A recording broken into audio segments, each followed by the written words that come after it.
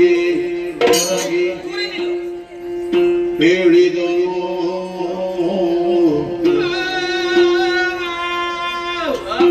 ಒಬ್ಬೆ ಹಾಕ್ಬೇಡುವ ನಾನು ನಿಮ್ಮನ್ನು ಕರೆದದ್ದು ಓ ಅಮ್ಮ ಓ ಅಮ್ಮ ಹೇಮ ಮಾಲಿನಿ ಹಾಗೆಲ್ವ ಅದು ಓ ಅಮ್ಮ ಮಾಲಿನಿ ಅಮ್ಮ ಹಾಗೆ ಯಾರು ನೀನು ಒಳಗೆ ಬಿಟ್ಟವರು ಯಾರು ನಿನ್ನನ್ನು ಪರಿಚಯವಿಲ್ಲ ನಿನ್ನದು ಎಂತಮ್ಮ ಎಂತದು ಇಷ್ಟು ದಿವಸ ಒಟ್ಟಿಗೆ ಗುರ್ತು ಎಂತದ ಒಟ್ಟಿಗೆ ಯಾರು ನೀನು ನಾನು ಪ್ರಮುಖ ನಿಮ್ಮ ಗಂಡ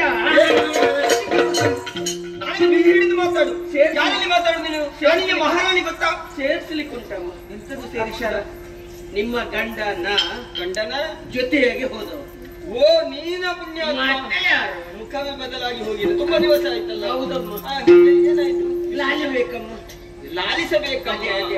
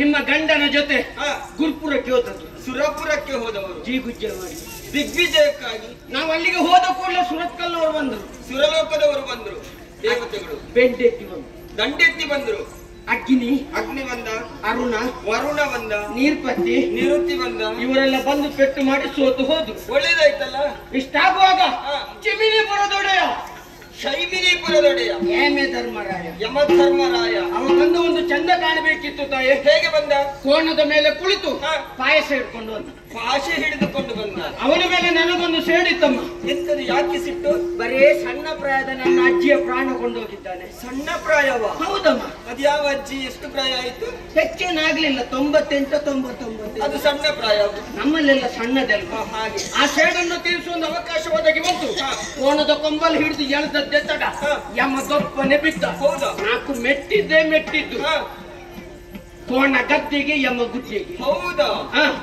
ಇವರೆಲ್ಲ ಎದುರಿಂದ ಬಂದು ಪೆಟ್ಟು ಮಾಡಿದ್ರು ಆ ಪಾಪಿ ಮಗ ಎದುರು ಬರ್ಲೇ ಇಲ್ವಲ್ಲ ಯಾರವನು ವಾಯುದೇವನು ಅವ ಹಿಂದಿನ ಬಂದು ಒಂದು ಸ್ವರ ಬಿಟ್ಟ ಬಾಣ ಪ್ರಯೋಗ ಮಾಡಿದ ಶರ ಪ್ರಯೋಗ ಮಾಡಿದ ಸುಯಿಂಕ್ ಅಂತ ಬಿಟ್ಟ ನಮ್ಮ ಒಡೆಯರಿಗೆ ಕೇಳಿಸಿ ಅವರು ಸುಮ್ಮನೆ ಬಿಡ್ತಾರ ಪೂಯಿಂಕ್ ಅಂತ ಬಿಟ್ಟು ಬಾಣ ಪ್ರಯೋಗ ಮಾಡಿ ಇವರ ಶುಂಕನಲ್ಲಿ ನಮಗೆ ನಿಲ್ಲಿಕ್ಕಾಗಲಿಲ್ಲ. ಕಡಕಡಿ ಹೋರಾಟ. ಶರವನ್ನು ಸಿಂಜಿನಿಗೆ ಜೋಡಿಸಿ ಬಿಡುವಂತ ರಭಸ. ಕೊನೆಗೆ ನಮ್ಮ ಒಡೆಯರಿಗೆ ಸೀಟು ಜೋರು ಬಂತು, ಸಿಟ್ಟು ಬಂತು. ಮನದ ಕಾಲನ್ನೆತ್ತಿ ತಿರುಗಿಸಿ ಒಂದು ಒದ್ದದ್ದು. ಹಿಂದಿನಿಂದ ಬಂದ ವಾಯು ಹಿಂದಿನಿಂದಲೇ ಓಡಿ ಹೋದ್ರ. ಅವ ಹೋದ ಮೇಲೆ ಸ್ವಲ್ಪ ಹೊತ್ತು ನಿಲ್ಲಿಕ್ಕಾಗಲಿಲ್ಲ. ಯಾಕೆ ಪುಣ್ಯಾತ್ಮ? ಅಷ್ಟು ಧೂಳೆ ಬಿಸಿ ಹೋಗಿದ್ದ. ಹಾಗೆ ಕೊನೆಗೆ ಬಂದವನೇ ಸುರಪ್ಪ ಅಲ್ಲ ಸುರೇಶ. ಅವ ಬಂದ ಒಂದು ಟಿವಿ ನೋಡಬೇಕಿತ್ತು. ಹೇಗೆ ಬಂದ? ಅವ 56ರಲ್ಲಿ ಬಂದದ್ದು. ಐರಾವತವನ್ನು ಏರಿಕೊಂಡು ಬರುವವನು. ಅದು ಐರಾವತ? ಹೌದು. ಅಮ್ಮ, ಅದಕ್ಕೆ 1000 ಉಂಟು. ಅದು ಸೊಡ್ಡಿಲ್ಗಳು ಮತ್ತೆ ಅದೇ. ಬಂದವನ ಯುದ್ಧ ಸ್ವಲ್ಪ ಉದ್ದ ಮಾಡಿದ. ಪರಿಣಾಮ ಅವನಿಗೂ ಗೆಲ್ಲಿಕ್ಕಾಗಲಿಲ್ಲ ತಾಯಿ. ಅವನು ಸೋತು ಹೋಗಿ ನೀನು ಅಳುವುದು ಯಾಕೆ? ಸುರಪಾಲ ಸೋತವನು ಸೋಲ್ಲೇಬೇಕನ್ನುವಂತ ದೃಷ್ಟಿಯಿಂದ ಹೋದ್ದು. ಆದ್ರೆ ನೀನು ಅಳುವುದು ಯಾಕೆ? ಮತ್ತೆ ನಗಬೇಕು, ಸಂತೋಷ ಪಡಬೇಕು. ಎಂತದ್ದು ನಗುವ? ಅವ ಸೋತು ಹೋದ ಕೂಡಲೇ ನಮ್ಮ ಒಡೆಯರು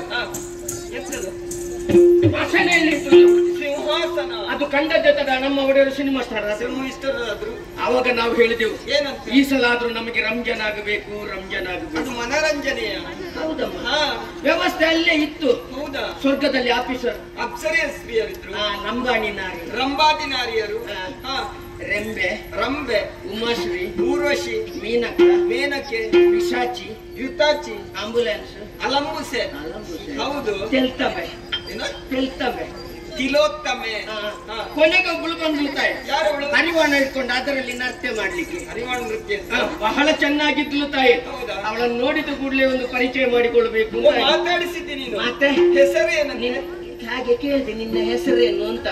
ಅದಕ್ಕೆ ಅವಳು ನಾಚುತ್ತ, ನನ್ನ ಹೆಸರು ಪುಂಡಿಗಸಿ ಅಂತ. ಎಂತದು ಪುಂಡಿಗಸಿ?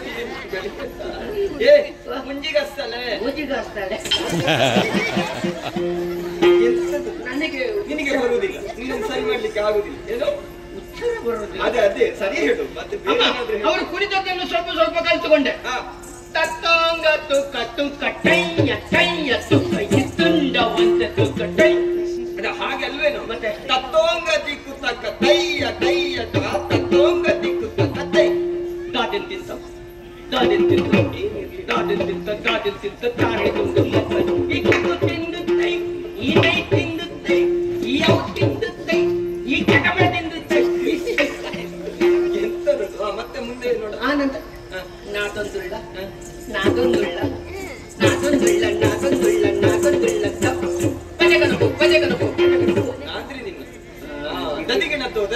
ದದಿಗಿಣದ್ದು. ಅಮ್ಮ, ಈ ರೀತಿ ನಾವು ಸಂತೋಷವನ್ನು ಅನುಭವಿಸ್ತಾ ಇರಬೇಕಿದ್ರೆ ಒಮ್ಮೆಲೆ ನಿಶ್ಶಬ್ದ. ಯಾಕೆಂತ ನೋಡ್ತೇನೆ. ಹಾರಾಡಿ ರಿಕ್ಷಾವಂತ. ಹಾರಾಡಿಕೊಂಡು ಬಂದವ. ಹೌದು. ಯಕ್ಷ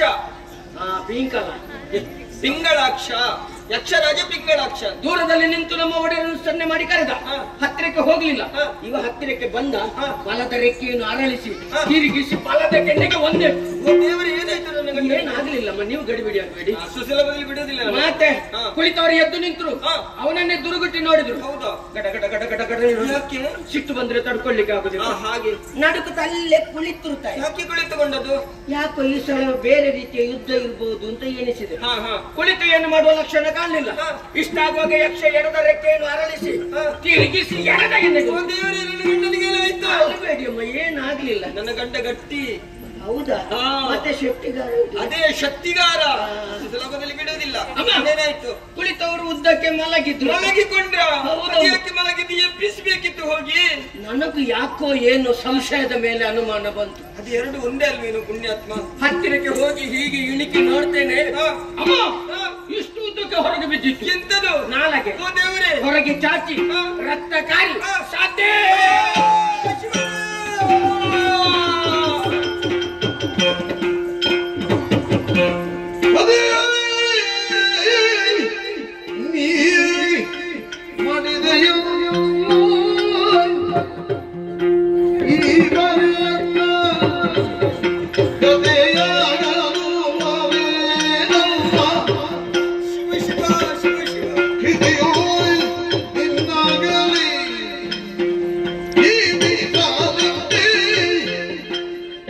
Hey,